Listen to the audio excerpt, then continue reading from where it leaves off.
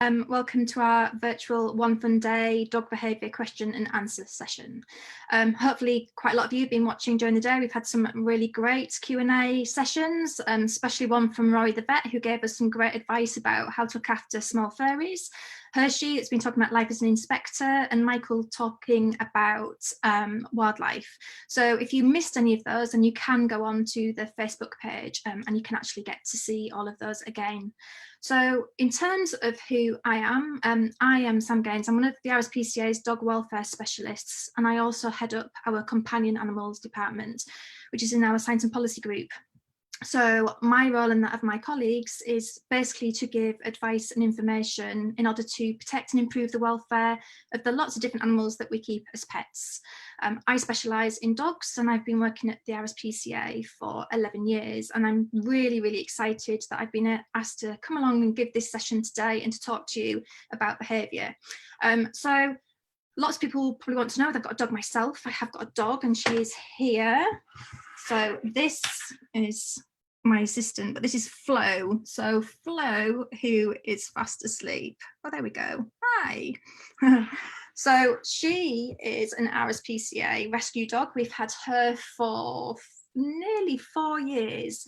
And she has been absolutely fantastic, but she did have quite a few behaviour problems when we first got her. And what was probably the most serious problem, and actually quite difficult, was her separation related behaviour.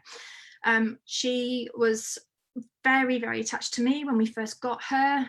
So if I went out, she would wet herself.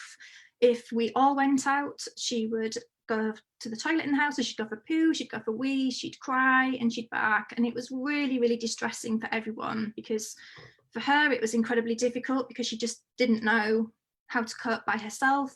But equally for us coming back and knowing that she'd been so distressed was really difficult as well. But we sought the help of a clinical animal behaviourist, and got some great advice, and really good to say that obviously that advice worked really well, and she's now absolutely fine when we leave her by herself. But you know, it was a really interesting journey for myself as a welfare specialist to actually modify behaviour of my own dog.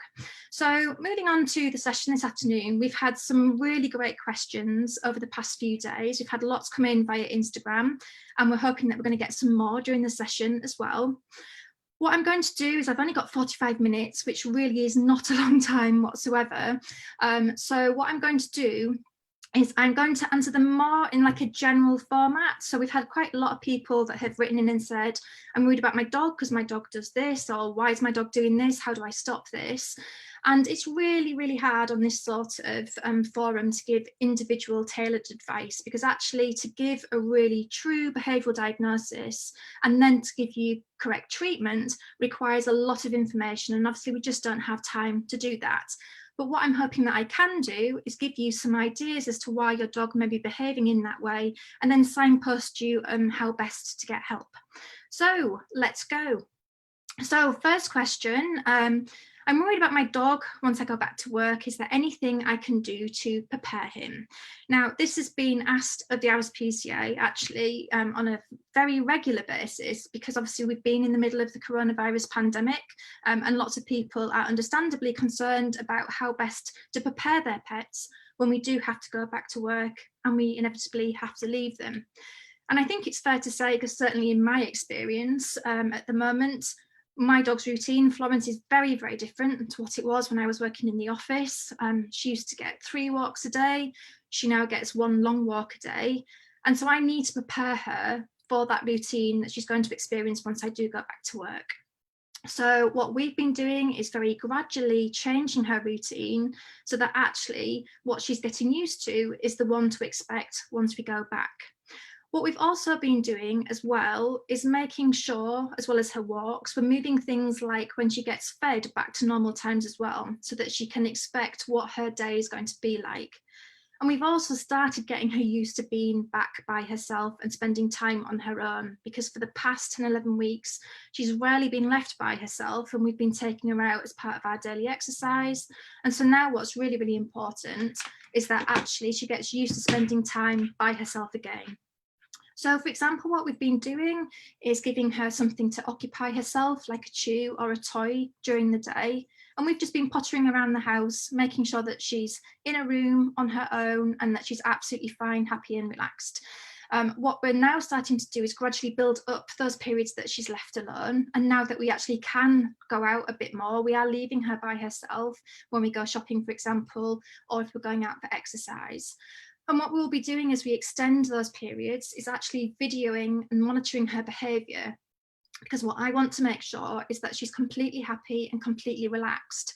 So if she wasn't, then what I would be doing is I would be seeking help again for her separation problems, because for a dog that has separation related behaviour, it can be really, really difficult. And the signs that you would typically see, vocalisation, destructive behaviour, going to the toilet in the home. And for a dog, it's really, really distressful. And we know that lots of dogs do experience this type of behaviour, but there is help out there. So with Flo, absolutely what I want to make sure is that she is happy. And definitely, the person that's written in that question as well, just very gradually introducing the routine, get them used to being by themselves. Next question. So we've had a lot of questions around barking, which perhaps isn't surprising. The RSPCA actually gets a lot of questions around dog barking. Why does my dog bark? How do I stop my dog barking? And we do have a lot of information on the website specifically on this behaviour. But what I would say is that barking for a dog is completely normal behaviour.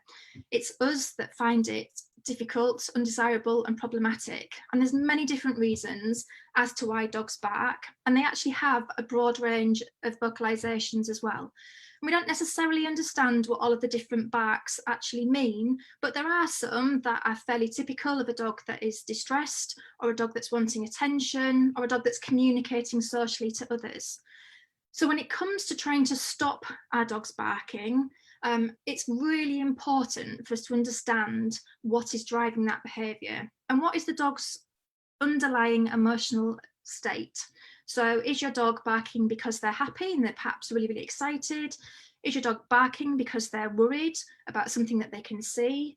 Are they barking because they've been left by themselves and they're really struggling when they're on their own?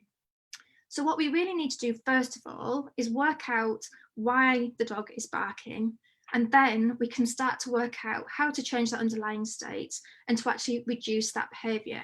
So for example, just some of the questions we've had around barking. One of them is, my dog barks all the time, how do I stop this? We've had one that talks about, my dog barks at men, help. And then how do I stop my dog from barking at other dogs on the TV? So just those three questions actually have been really great examples, because the first one sounds like it is a dog that actually has learnt to bark to get attention. And so this dog is barking at their owner on regular occasions to try and get attention. And unfortunately, what we often do when dogs bark at us is give them that attention. It then becomes a behaviour that we are in effect rewarding and reinforcing. And so they learn very, very quickly that if I bark, I get something from you. So what we need dogs to learn is actually more appropriate behaviours and more desirable behaviours that get our attention. So there's a really great question and answer on our website specifically about how to manage dogs that are using barking as attention seeking. And so definitely have a look at that one. In terms of why dogs might bark at men, or why dogs might bark at specific people or specific animals, this can come down to a dog that is perhaps fearful about something, and can often be dogs that have not necessarily had positive experiences as puppies, or something's happened later on in life that's made them quite fearful around that person. So in this situation, what it may well be is a dog that is barking and saying, I'm really worried, I don't want you to come near me, I'm actually feeling really, really scared. And so in this situation, absolutely what we want to do here is again to change that dog's underlying emotional state. So it changes from one that is about fear when they see a person or a man, and actually is something that becomes very positive. And these are the sorts of behaviours that actually getting professional help about is really, really important.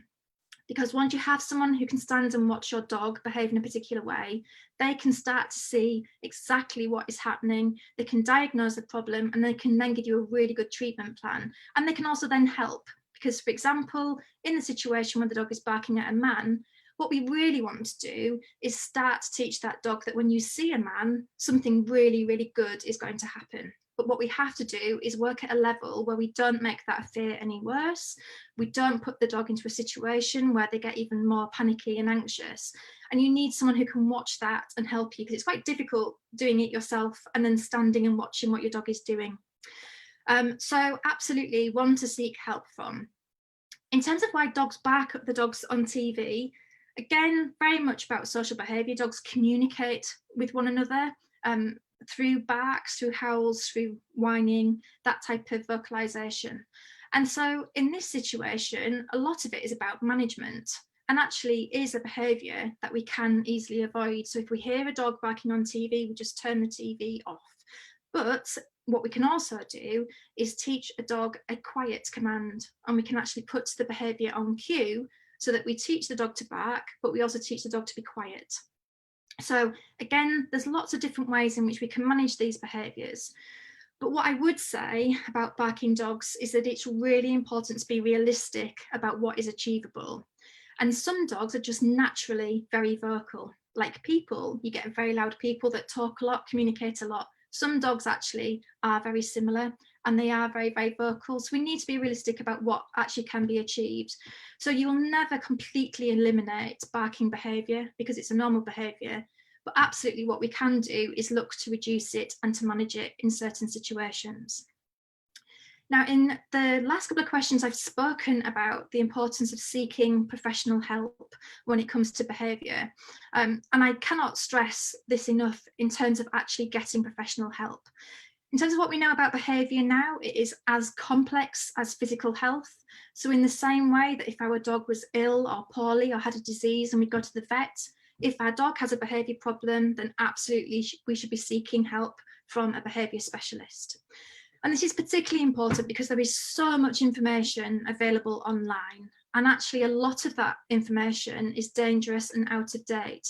So seeking professional help is super important because it makes sure that you are giving you've got the opportunity to sit down with a professional that can work through the dog's diagnosis, come up with a treatment plan, and come up with a treatment plan that is absolutely right for your lifestyle, for your circumstances, and for your individual dog. So we have information on our website, and the link is also going to be put up now. And this is a link to the Animal Behaviour and Training Council. And what you'll be able to find on there is a register of clinical animal behaviourists and also dog training instructors. And using this particular group of professionals will ensure that they treat dogs in a way that is up to date, evidence-based, and also puts your pet's welfare first and foremost. So absolutely would encourage you all, if you have a dog with a behaviour problem, to seek help and to do it sooner rather than later. Behaviour problems tend to worsen over time. If we don't address it in the right way from the beginning, again, they'll worsen over time. And not only do you end up with potentially a really unhappy dog, but also your relationship can be really, really compromised by this as well. So trying to seek help as soon as possible is really crucial. We've had another barking question. So why does my dog bark at every dog he sees? And then one, my dog reacts to other dogs, but it's okay when she can say hello, but how do I stop her from barking before? So again, thinking about, why would dogs actually be doing this? What is driving that dog's behaviour? What is their motivation? And it generally fits into two different categories. So we can have dogs that are just so excited to see another dog across the road that they actually become really frustrated because they cannot get to that dog because obviously we've got them on the lead and we're holding them back. So what you may be seeing there is a dog that, is just desperate to go out and say hello.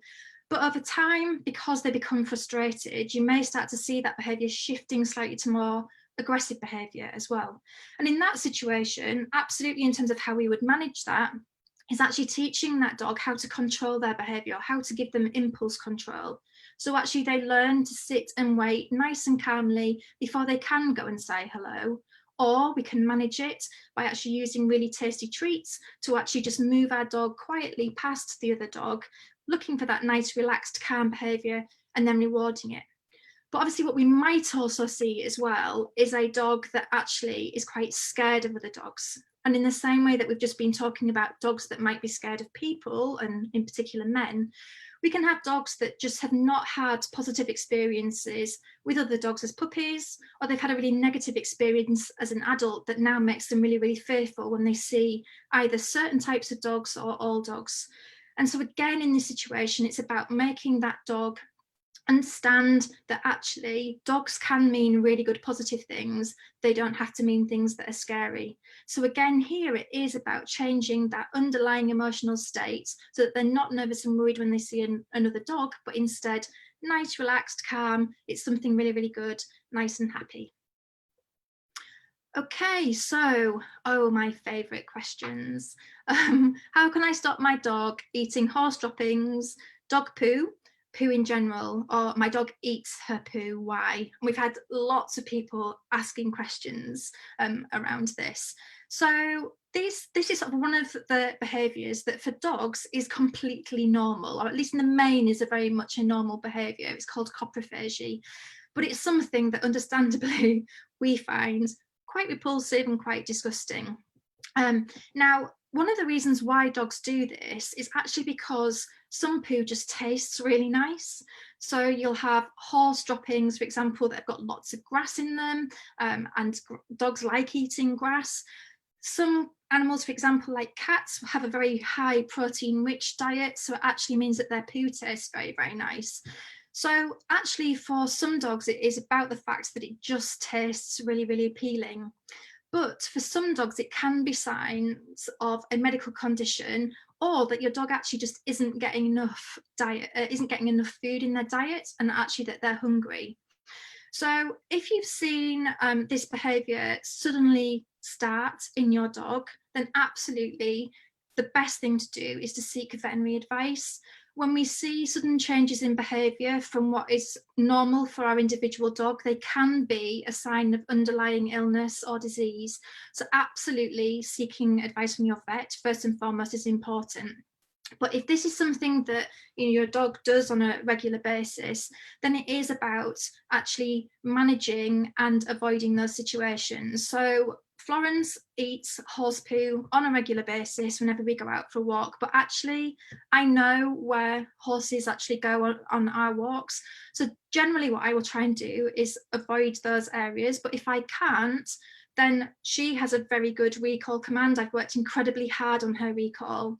So if I see it, I will bring her back to me, reward her, pop her on the lead, and then we just walk past it. So it is in some situations about management, teaching a really good recall, teaching a really good leave, and also just about not giving dogs the opportunity. So she will also, given the opportunity or the chance, eat cat poo from our garden. So we have, we've done quite a bit of work to deter cats from coming into our garden, for example. So we have very heavily planted borders so that it's quite difficult for cats to get into the soil and to dig a hole to go to the toilet. And we also make sure that our borders are very wet, because cats in general don't like going to the toilet if the ground is wet. And we also then just make sure that if we do see anything, we remove it promptly. So moving on, why does my dog growl at people? Okay, so this is actually potentially quite a serious situation. So what's really important that we recognise is that dogs are absolutely amazing communicators. They work very, very hard to tell us exactly how they're feeling. And when it comes to this sort of behaviour, they're trying to tell us how they're feeling inside. And for dogs, growls in the main are about negative emotions. And so a dog feeling worried, anxious, scared. And so in this situation, it does sound as though this dog is actually quite frightened of people and feels threatened by their presence. And so what he's doing is telling the people around him that he doesn't like what's happening. He wants them to stop what's happening. And hopefully, once people stop coming towards him, that growling will stop. But it is super important in this situation to actually seek help.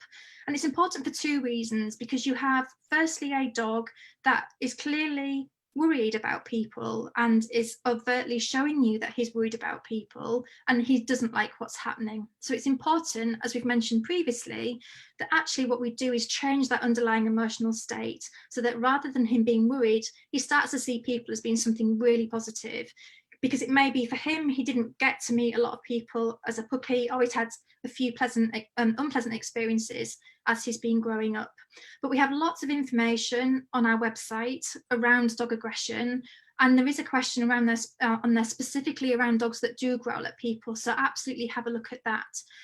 What I would stress in these situations, and it's completely understandable that these situations can be really difficult. If you're out in public and your dog growls at someone, it can be quite embarrassing. It's a difficult situation, but it's super important that you don't tell your dog off. We never, ever want to be in situations where we're telling dogs off for communicating to us about how they feel. In this situation, the particular danger is that if you stop the growling, he may then feel he's got to escalate his behaviour. And the last thing we then want is him thinking, I'm not being listened to, no one's changing their behaviour accordingly, I now feel I've got to snap or I've got to bite.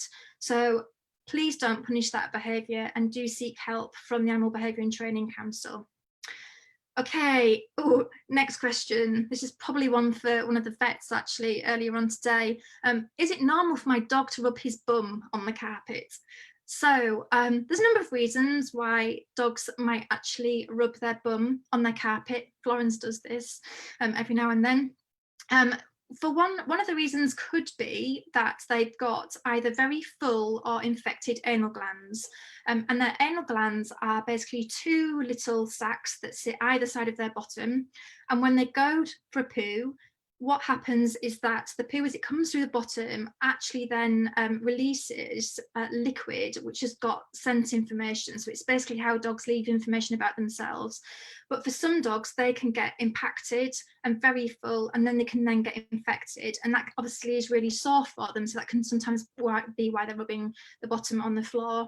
But also it can be a sign of parasites, so things like worms. So absolutely, if it's a really frequent behaviour, then seek veterinary advice. If it's happening, very, very infrequently, then I wouldn't worry so much about it. But it's one of these things that, if it's happening on a regular basis, do seek help. Another question. Why is my dog panting all the time? Okay, so there's a number of reasons, again, as to why this might be. So thinking about, from a dog's perspective, why they might pant. Well, I guess probably one of the obvious ones is that they might just be too hot. So dogs are not like people. They don't sweat to keep cool. They can only actually sweat through their pads. And what they do is they actually pant, and that helps them keep cool. So it may be that your dog is just actually a little bit too hot. But actually, if you're seeing dogs that are panting regularly and for long periods of time, it may well be that your dog is in pain. This can be one of the signs that dogs have got underlying health problems as well. So absolutely seek veterinary advice. And this is important because actually what your vet can then do is rule out any underlying health reasons, any pain issues. And if your dog is still panting, then it may actually be a behavioural problem, and it may be a dog that is very, very anxious. So absolutely seek veterinary advice. It's super important. Next question. So what should I do if my dog guards his food, toy or bed from me?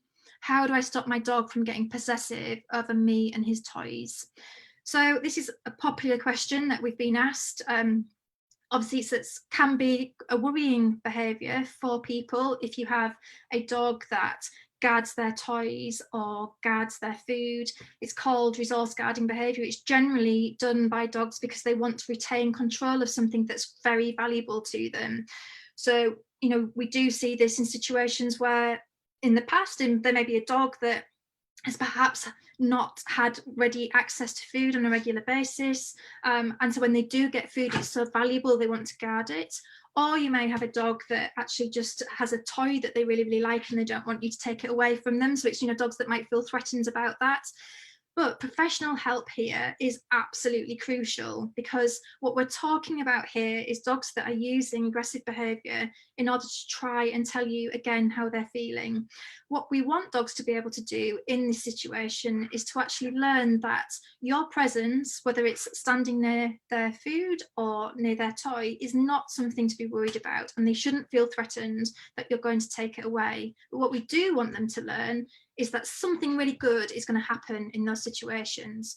But it's super important that you use a professional when it comes to this type of behaviour, because what you don't want is to end up trying to modify this behaviour and it going wrong. But equally, it's also the situation that if it's happening on a fairly regular basis, you could potentially be putting yourself at risk as well.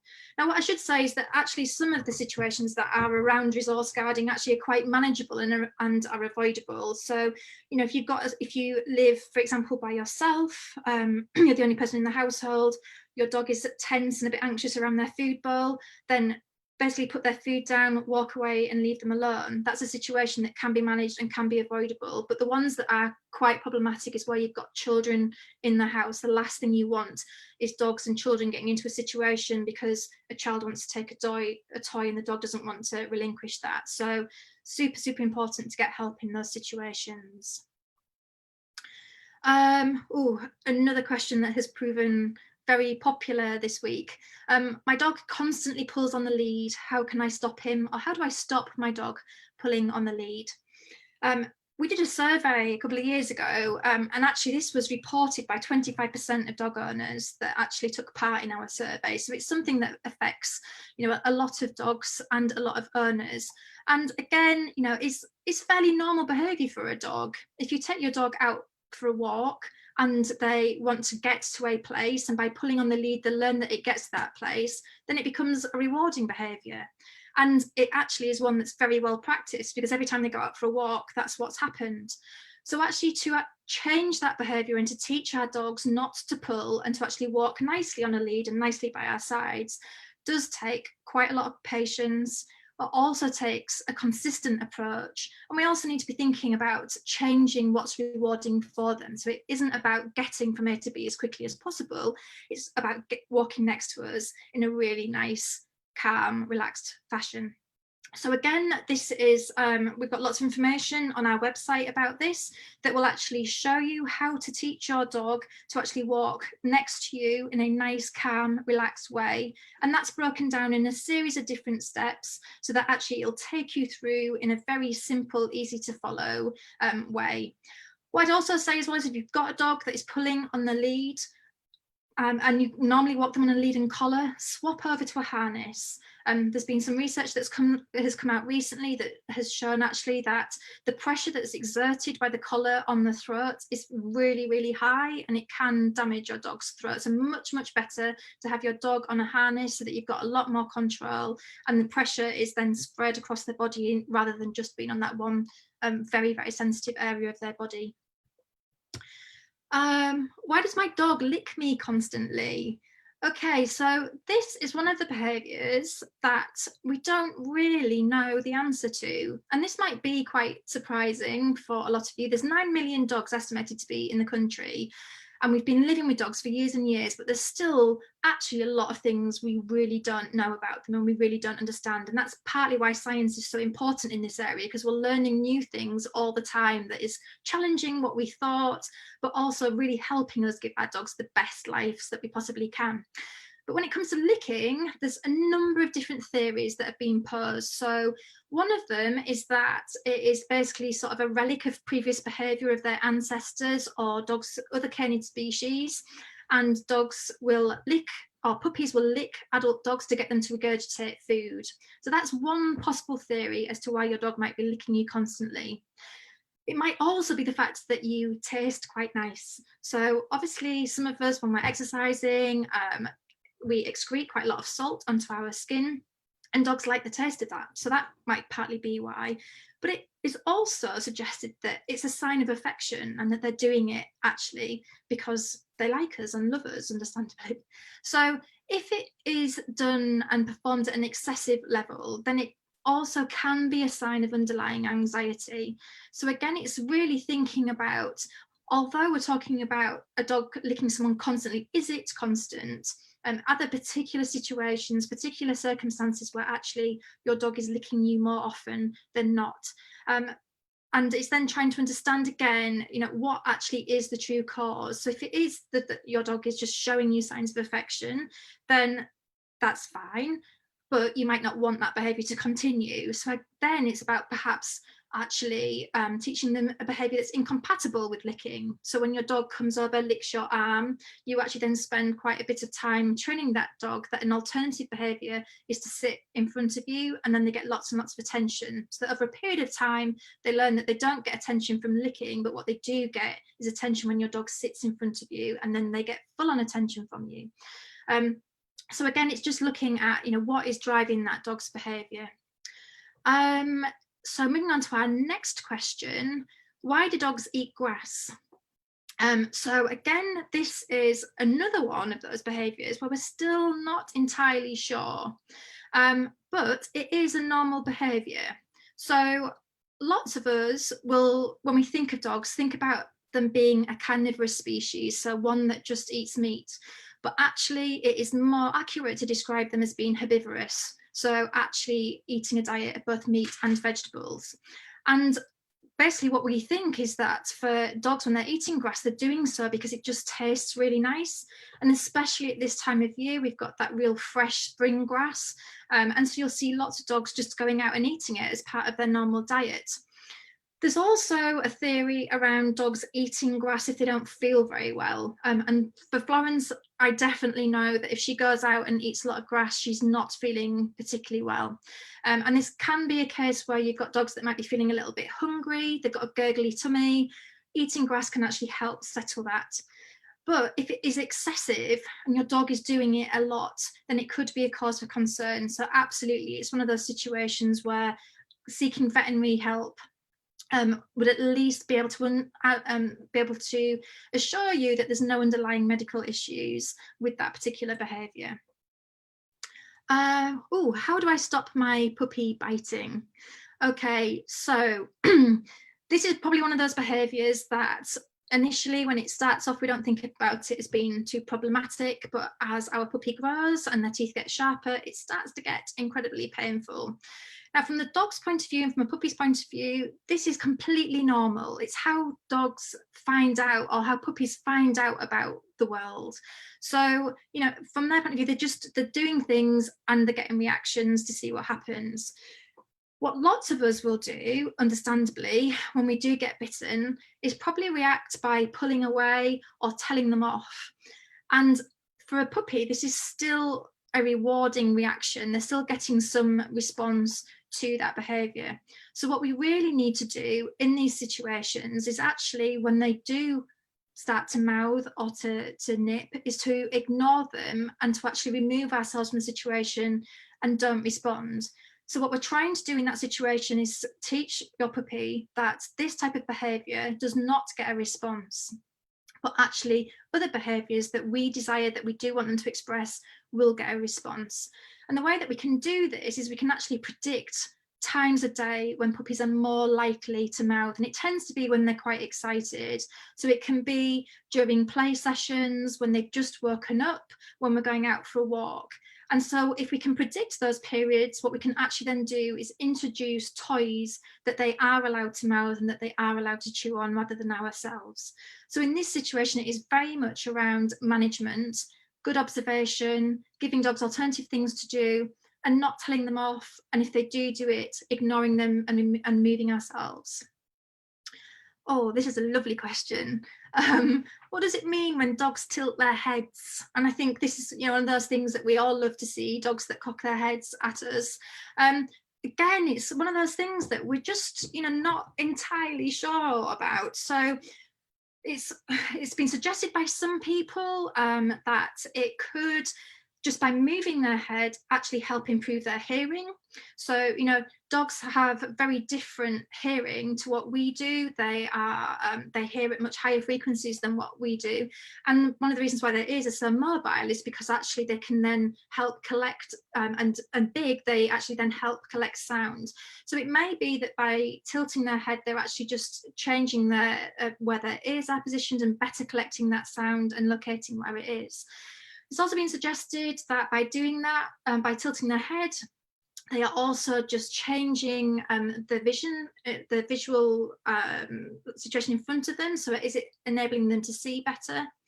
But it's also suggested as well that it's a learned response. So it's just the fact that some questions that we ask dogs find quite rewarding. So if I said to Florence, do you want this? Then just the nature of my voice, my inflection, the fact that I go up slightly at the end, I'm asking it as a question, may actually cause her to tilt her head. And over a period of time, she just learns to do that every time she hears that particular question being asked. But again, it can also be a sign of a medical problem. So if it's sudden onset and you've just started seeing head tilting, or it's been displayed for an extended period of time, then absolutely seek veterinary advice. It's super important just to get that checked out. Okay, so, my younger dog attacks my older one. How can I stop this? Okay, so this is one of those questions which is super difficult to advise because there are just so many different reasons why these sorts of situations can occur, and it's really, really important that a proper diagnosis is worked out for this pair of dogs, and so that then a good treatment plan can be developed, and specifically one that is fit for this owner's circumstances. And we really need, that what a good behaviourist will do is just ask you lots and lots of questions, but it's clear about, where is this happening? And it's very much in terms of, what situations or circumstances lead to this behaviour. Is it excitement? Is it around certain food? Is it around toys? In terms of just trying to understand about what is it that the young dog does and what is it that the older dog does, to try and really, really understand. But obviously it's very, very unpleasant for your old dog for this to be happening, and it's not something that you want to encourage or for your younger dog to actually learn is acceptable, because whilst he's doing it with the dog maybe in the home, what we don't want him to be doing it is going out and doing it to other dogs as well. So absolutely seeking professional help is really key here. Ooh, how do I stop my dog from chasing my cat? So again, this is normal dog behavior. It's not something that is particularly desirable or wanted, particularly when we've got cats that live in our homes as well. But again, going back to the survey that we did a couple of years ago, we had nearly a quarter actually of dog owners reported that their dog chased some form of wildlife, livestock, cats. So it is common and it is normal, but obviously it's super stressful for the cat that lives in your house, and also for your dog as well. I mean, your dog is probably enjoying this behaviour, but it's inappropriate and it isn't going to be a pleasant situation. So there's a range of different methods that you can actually manage this problem with. So depending on how severe the chase behaviour is, it may be possible that you can actually interrupt the behaviour so that you can predict when it's going to happen, or you can see when it's going to happen, when it's actually going to happen. Okay, so, and I sort of thought that this might happen. So Flo has just heard someone come back in the house and has alerted us to that. Yeah, so just going back to the dog and cat situation, trying to actually train your dog to focus on you rather than the cat, and just making sure that in the meantime, whilst you're working on that your cat has lots and lots of opportunities to escape and to hide, because it will be stressful for your cats. So it's really important that they have the opportunity to go somewhere where they feel safe. And again, absolutely making sure that you seek help for this behaviour as well. Not every dog, if they got hold of a cat, would injure them, but it's absolutely something that you really wouldn't want to risk. And so seeking help sooner than later, is super important. Okay, so I'm trying to train my dog, and he's not the smartest dog ever. Any ideas how to train him? So in lots of cases, it's just super important that you find out what makes your dog tick and what motivates them. So some dogs will work for their normal food. Some dogs will need something super, super tasty like chicken, sausage, cheese, or anything that is smelly. So it's very much about finding what motivates your dog. And I think sometimes when we don't know what they like to work for, then we assume that they're a bit dim or being a bit stupid. But a lot of the time it's just down to us.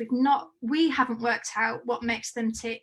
So this is a good example of actually going to a dog training club and working with an instructor that will be able to help you find out what really motivates your dog, what gets them really excited, and what makes them tick. And again, we've got information on the RSPCA website that can help you find a good dog trainer. My dog gets very upset when near traffic. Is there anything I can do to help?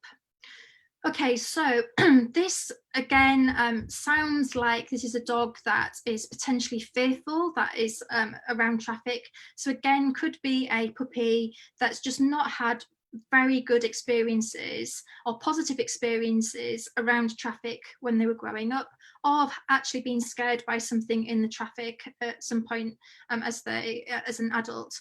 So this is again something that, if you're regularly walking your dog down the road and your dog is upset, then absolutely seeking professional help around this is super important. Because what we need to do here, like some of the other issues we've spoken about, is change that underlying state from one of anxiety and fear to one that is very positive, so that when your dog goes out there nice and relaxed and happy and calm.